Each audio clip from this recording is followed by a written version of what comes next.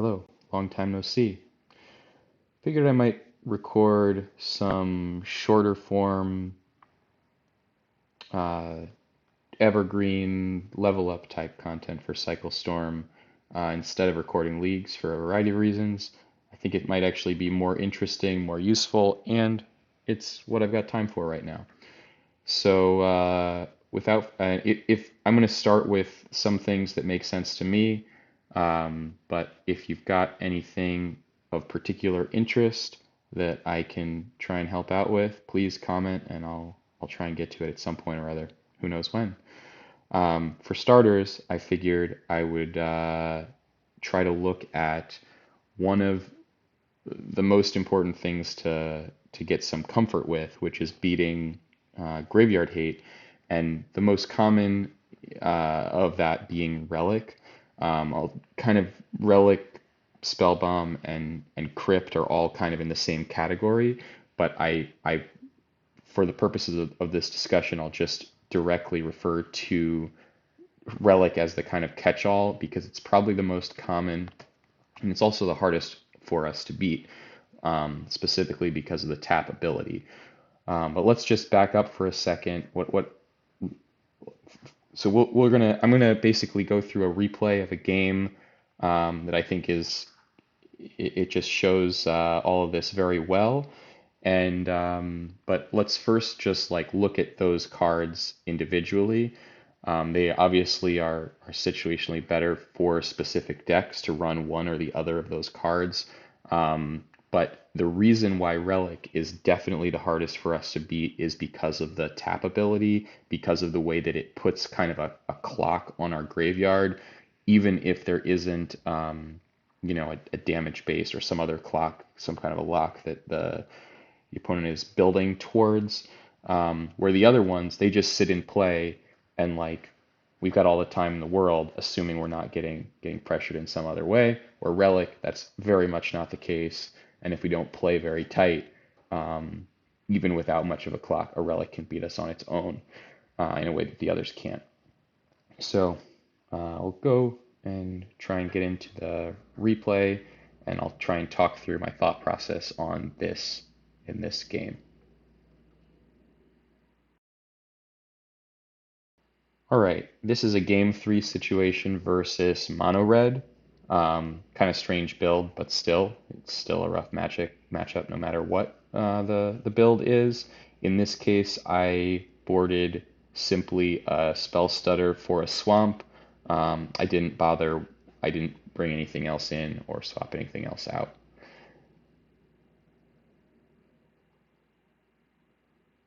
So this is game 3. We won game 1 off the back of a nice clean turn 3, lost game 2 to their Relic and a clock, a good clock, and so here we are for game 3. Here's a hand that, in my view, is a very solid keep. We have only the Ash Barrens, but all of our cyclers are generic mana cyclers, so I'm feeling pretty solid about this. Here on this turn 1, though, I am going to cycle the Wraith first before even playing the land, just in case we draw a basic. In this case, we just draw Barrens, which is not the worst because then we can get a swamp with this Barrens, which becomes very important right here. So I think that a lot of focus on Relic is placed on how to beat Relic on a combo turn, but one of the other underspoken pieces about how to beat Relic is it's really important to do your best to try to feed the Relic's tap ability with non-cycler cards. So this is an example of that where obviously one of the best things to feed that with is something like an Ash Barrens, which we do here. Get our swamp. All right, now we pass back to them. Now they're just going to go and try to eat our Wraith. Now, that Wraith is actually a really important card for us. Honestly, more important than a Stinger. So at a baseline, we would rather get a Stinger exiled here than the Wraith. So we're at a minimum going to cycle the Stinger. But here we're faced with an interesting choice. I am very happy to burn a dark ritual in a situation like this because it accomplishes two things. One, gives us a non-cycler card to get eaten by the relic, and two, it actually can accelerate us in a critical time deeper into the deck to find a redundant reaping to be able to beat this relic. And because we cycled this Stinger and we drew into a Vantasaur, that means that if we have a creature within the top two draws of the deck, we won't waste any mana on this Dark Ritual and we'll get 3 cards deeper on this turn.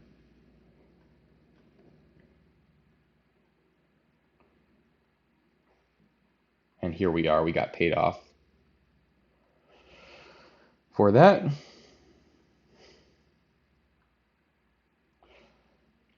Cool. And one thing I just want to point out too is that them always having to keep up this mana is slowing them down. This is the main downside of Relic over Spellbomb and Crypt, is that they're slowing down their development by having to keep that mana open. So here we draw a Sprite, not bad, not a bad draw, because we can potentially use it to either counter a burn spell or counter the second relic. So here they get Mountain Fire Blast. Again, they can't even get their creature into a 2/2 because they need to hold that. They can't even bolt us or something because they want to hold that up to make sure that we don't win.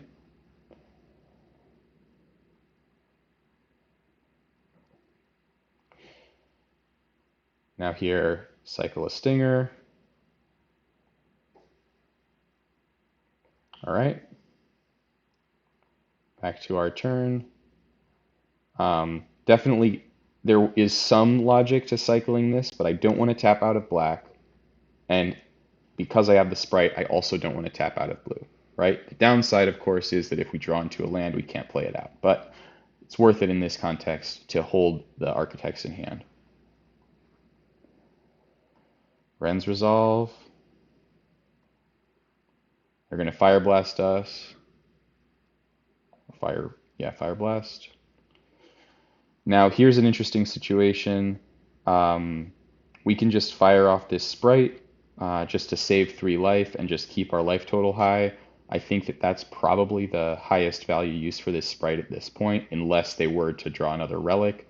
But I think they would just have played that out instead of the Chain Lightning actually in this circumstance, so I don't think that they have it. So here we go, play out the Sprite.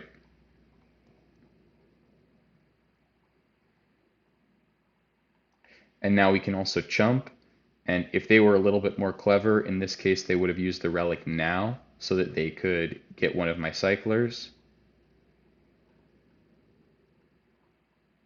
But instead, they wait until later, even the following turn, it seems. And now I can make them exile my Sprite instead of a Cycler. Still, if we look at what is exiled now, we're on turn 5. They've had this Relic active. I think they might have missed one activation, so maybe they're a little bit of operator error on their part. But still, we've navigated this so that only non-cyclers have been exiled at this point.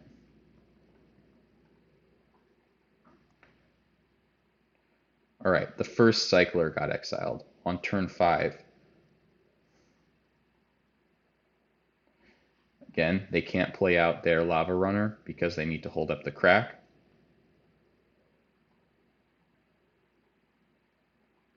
And what we're looking to do here basically is just draw our second Reaping. Once we draw our second Reaping, we can go.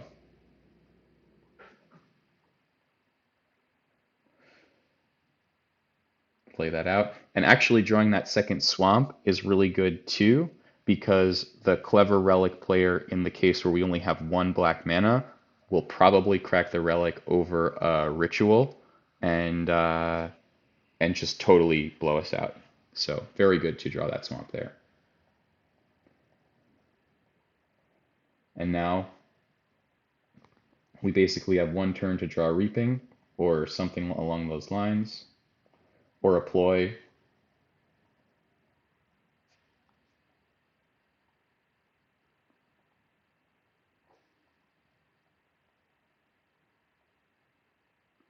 And we make it.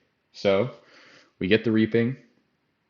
We're going to go and cycle our rituals, cycle our songs. It's unlikely in the way that they've been playing that they're going to crack over the songs, in my view.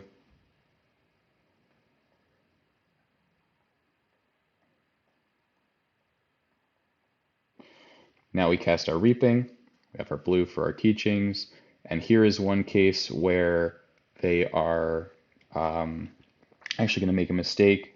Hopefully not too many people on the other side of the table are watching this, but just if you word to the wise, you obviously don't want to crack the relic here as they do. You want to wait until you assign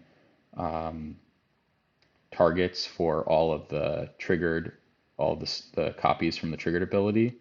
So here we go and get our reaping. We get our creatures back. Now, this is an interesting spot. We're at 5 life. They have 1 red source untapped.